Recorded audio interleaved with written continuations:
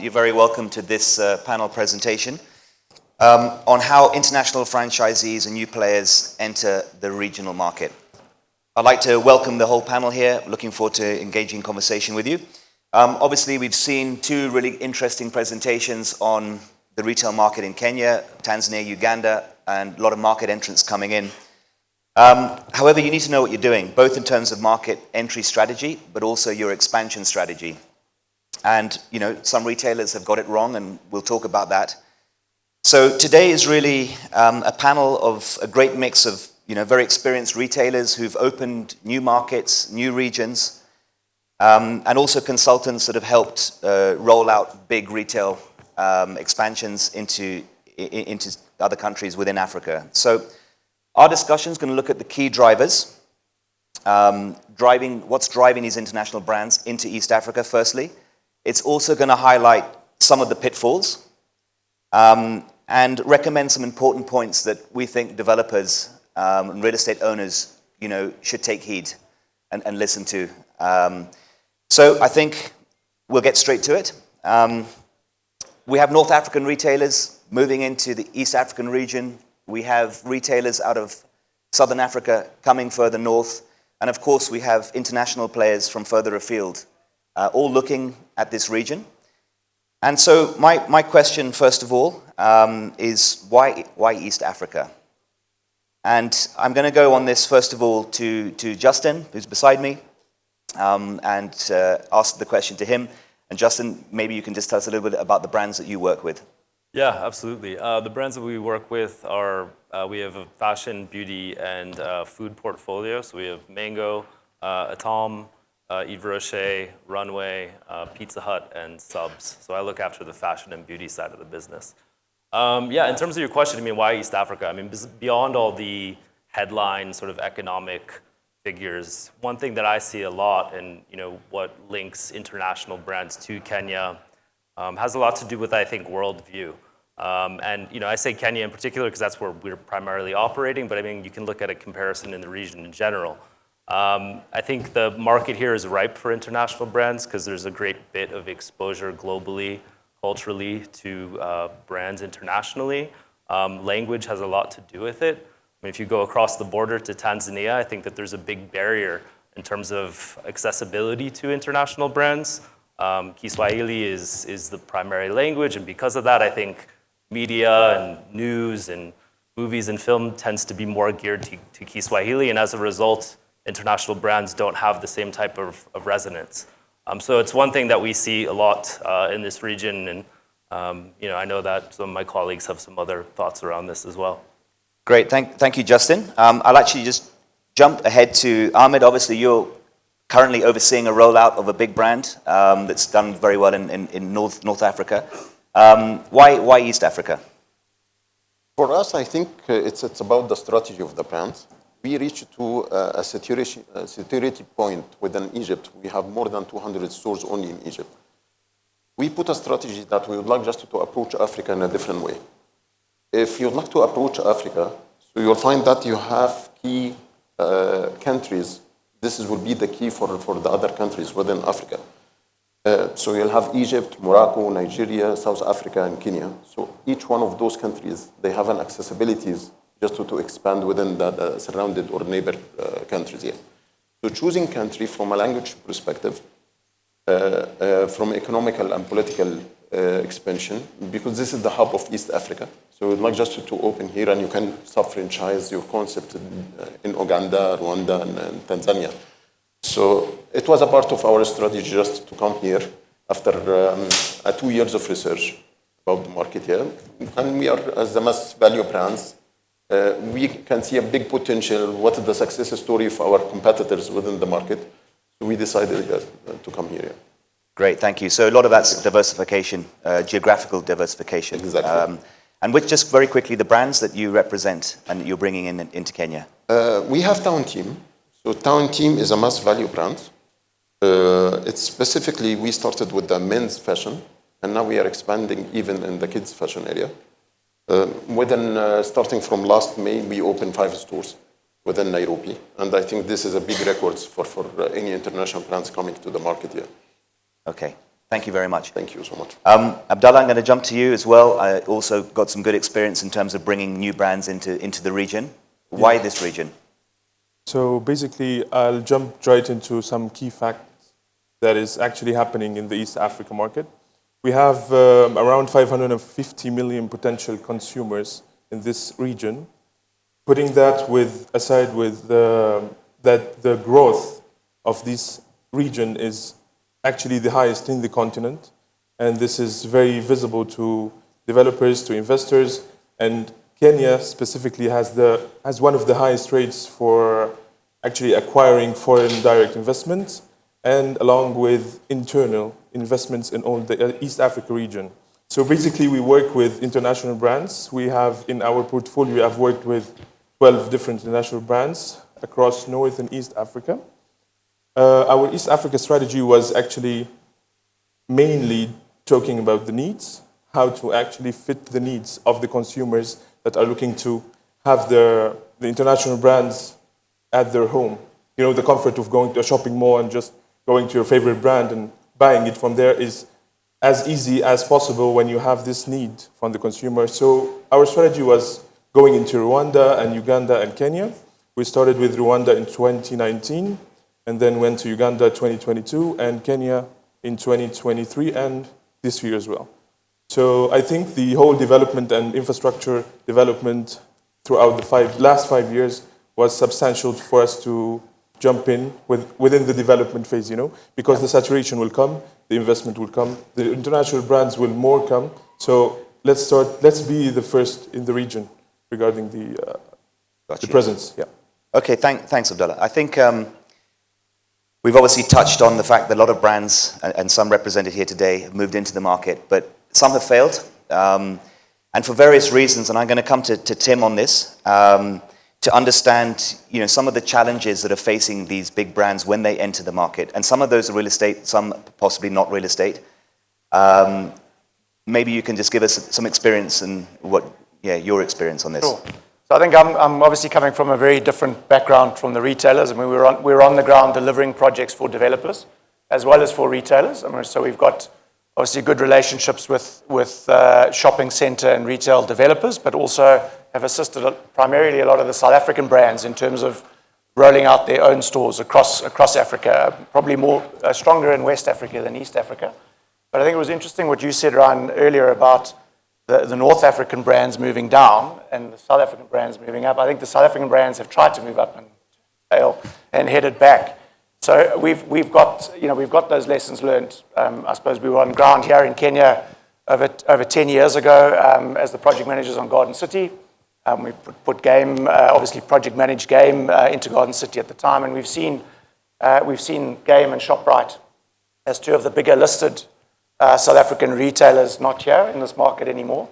And I think there's been a lot in the media around why they're not in this market and what the reasons were, whether it was taxation or importation challenges and all the rest. But I did reach out to some of the ex-executives of those two entities just to try and get some tangible feedback from them, and I won't name names, but I think that the challenges, certainly from their point of view, there were a number of challenges. The size of the market, in particular, was one, particularly, and this comes from the context of the big listed entities. They're looking for scale, and the size of the market, obviously, it needed to be an East Africa play, a city play, and then an East Africa play. And the challenge with that is the customs union isn't common, and you've got challenges with distribution across the various countries. So from that perspective, from a logistics perspective, it was a real challenge.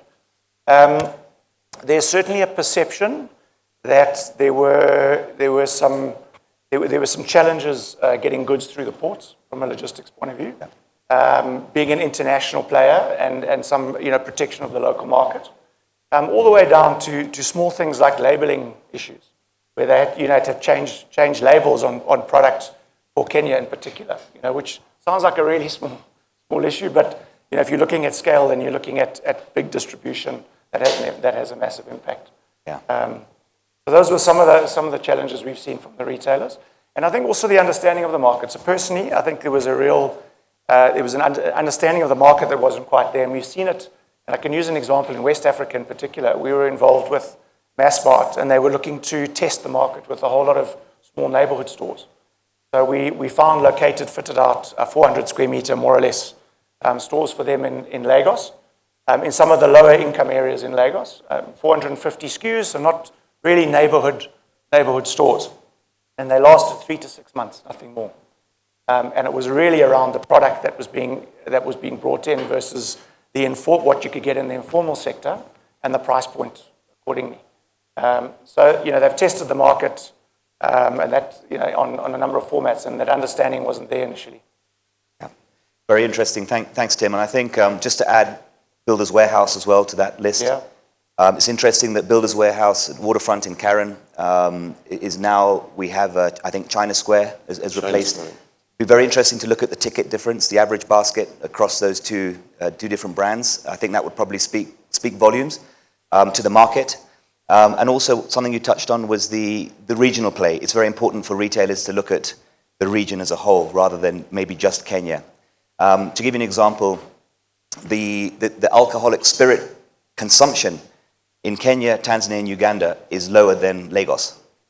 So it shows you the size of the market in one West African country, and how I think when people look just at Kenya alone, it's a smaller market. So you need to look at it as a regional market. I'm going to come to Tim with the same question in terms of challenges and pitfalls for new market entrants. To Justin. Yeah. Justin, if you can give us some of your experiences. Yeah, I mean, I think from a property perspective, one of the key things is it's always location. But I think specifically it's knowing where your market is. Where do they live? Where do they work? Where do they play?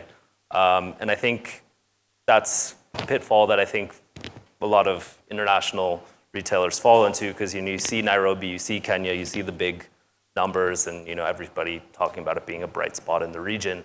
But I think so much of the conversation today, and I know there's a panel about it later, is about localization of retail.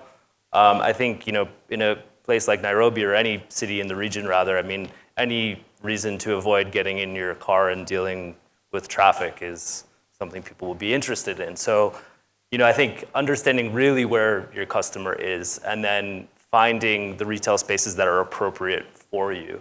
And I don't even mean just the shopping mall, but where in the shopping mall? Where is fashion clustered? Are you going to be trying to capture the customers from the sub-anchor fashion business, or do you want to be on the other opposite side of the mall where all the foot traffic is? I think going to this granular level and thinking about this consumer behavior and how it fits into the retail landscape is absolutely critical. And there are a lot of constraints around it. Okay. Thanks very much, Justin. And Ahmed, you've had some direct experience in this, and perhaps you can share some of that with us. I think the main challenge for us, it's about the flexibility from different stakeholders. As we mentioned, that we need just to understand that the customer behavior within the Kenya, how they are acting when they are finishing their working hours, the availability within the malls. So you'll find that, and this is something we would like just to I'm working hardly with the mall landlords just to change that kind of behavior. If the people, they are finishing their works by 5, 6 o'clock, having that issues of traffic, when they will have a chance to do a shopping, if the stores is closing by 6:30 and 7 o'clock. So we would like just to do different kind of approaching to extend our working hours. And we are working with the same with most of the landlords. Even we had an experience in Ramadan. Ramadan is a Muslim month. We extended one of our stores up to 1 a.m. because we know that the Muslim prayers, they will finish by 10 o'clock and they will not have a chance. And this is the high season for them. So it's about the flexibility, understanding what is the customer behavior, how they would like to act, how they would like to change. This is from a customer perspective. We are talking about, I think, the previous panel, they were highlighting as well the leasing agreements. There is no such flexibility. If the foreigner investor is coming to the market, he would like to test, regardless of the research, how accurate the research he did it within the market. But if the forecast is not matching with the actual numbers, what kind of communication channels? If we have non-ended agreements, you have to stay 6 years or whatever. So I know personally many players that they would like to come to the market, but because of that flexibility issues from different stakeholders, they are afraid just to invest within the country. I think that's a really good point about the inflexibility of leases. Obviously, with co-working space, that sort of, has resolved that for in the commercial office space. But in retail, there's certainly an opportunity here around that leasing structure. I think I'm going to come to Abdullah on this next question, which is, as you're coming into the market, is there support on the ground? Are there consultants? Are there people to help you, or do you find it's very much you do it alone and see what happens and see if it works? So actually, I'll just open with a statement most of us know, and also the other panels discussed about it. We actually start where other people finish, when other people finish.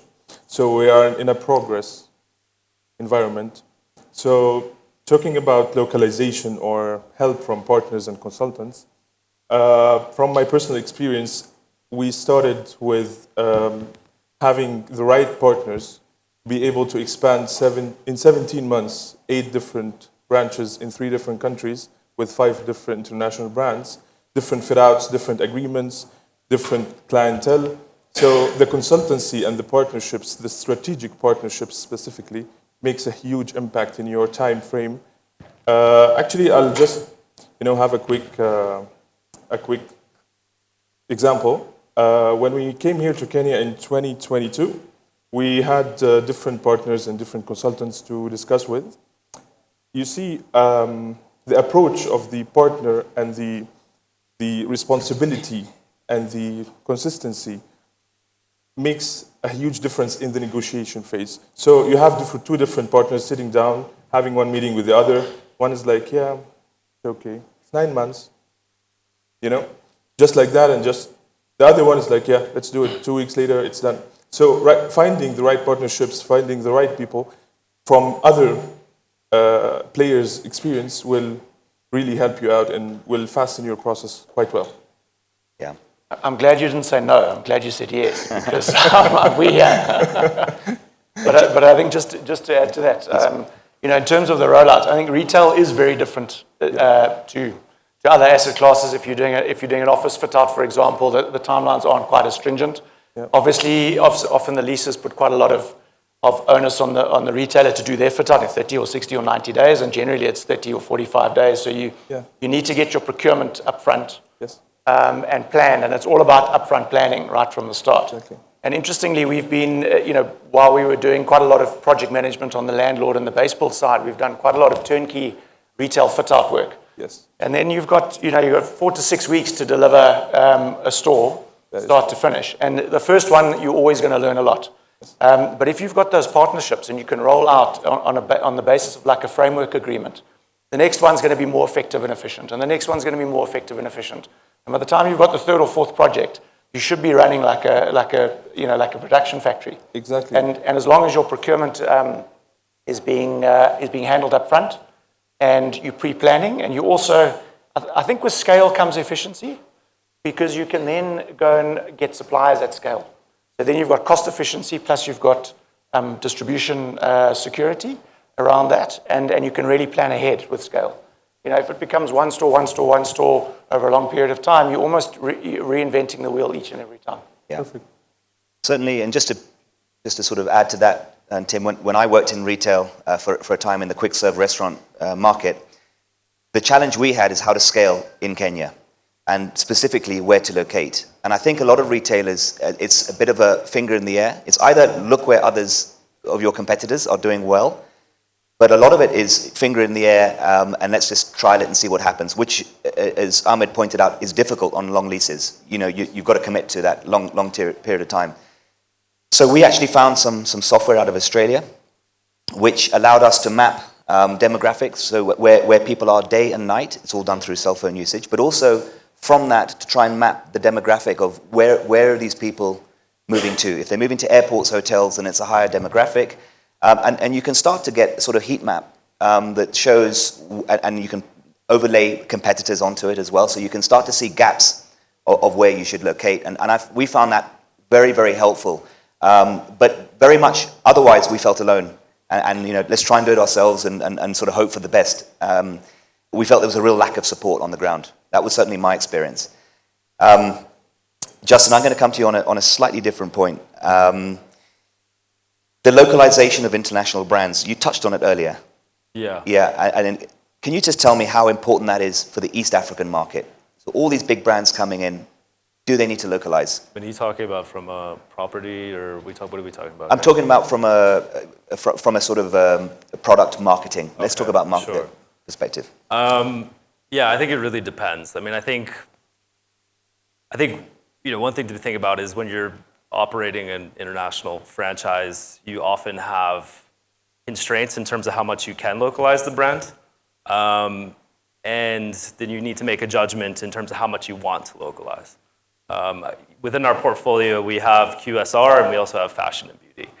So QSR is something for me that you 100% want to localize, both in terms of product offerings. I mean, if you're selling subs in Westlands, you need vegetarian options.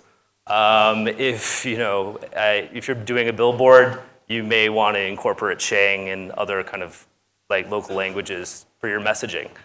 If you're selling Spanish clothing brands like Mango, there's probably number one a limit in terms of how much you can localize, and there's probably a limit in terms of how much you want to localize, because I think the origin of a brand like that is tied so much to its value from a customer's perspective. I think in terms of advertising, racial representation, for instance, is very important. But as a franchisee, you're often limited in your ability to do that.